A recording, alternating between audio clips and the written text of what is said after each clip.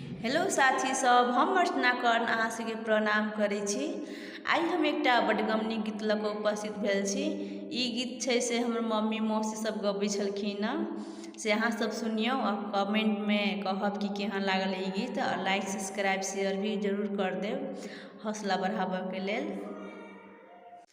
जेठ आषाढ़ केरा महीना धूपवा उगल है तैना। जेठ आषाढ़ केरा महीना धूपवा उगल है तैना। छतवा लबही रे देबरबा पिया मोरा मुरझैत है तैना। छतवा लबही रे देबरबा पिया मोरा मुरझैत है तैना।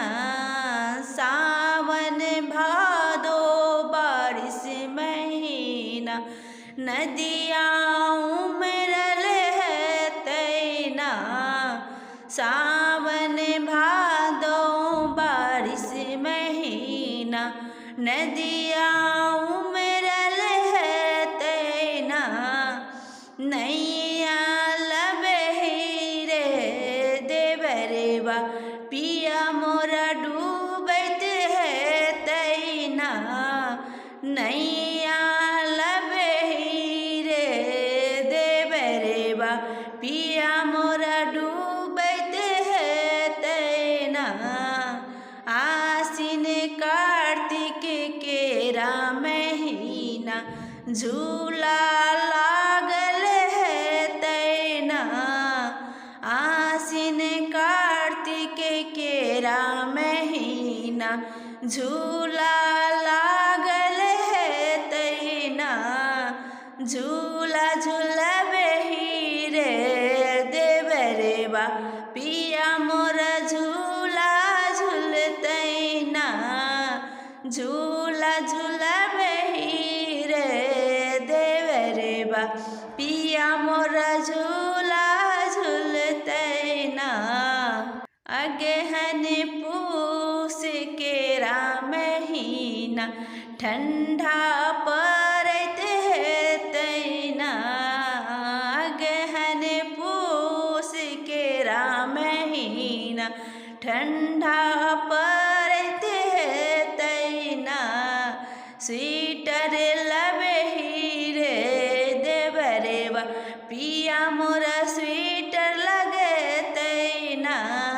स्वेटर लबही रे देबरबा पिया मोरा स्वेटर लगे तैना। माघ फागुन केरा महीना होली आयल छैना। माघ फागुन होली महीना होली आयल छैना। रंगवा लबही रे देबरबा पिया मोरा होली खेलथिन ना। रंगवा लबही रे देबरबा पिया मोरा होली खेलथिन ना। चैत बैसाख केरा महीना टिकोला फरल है तैना।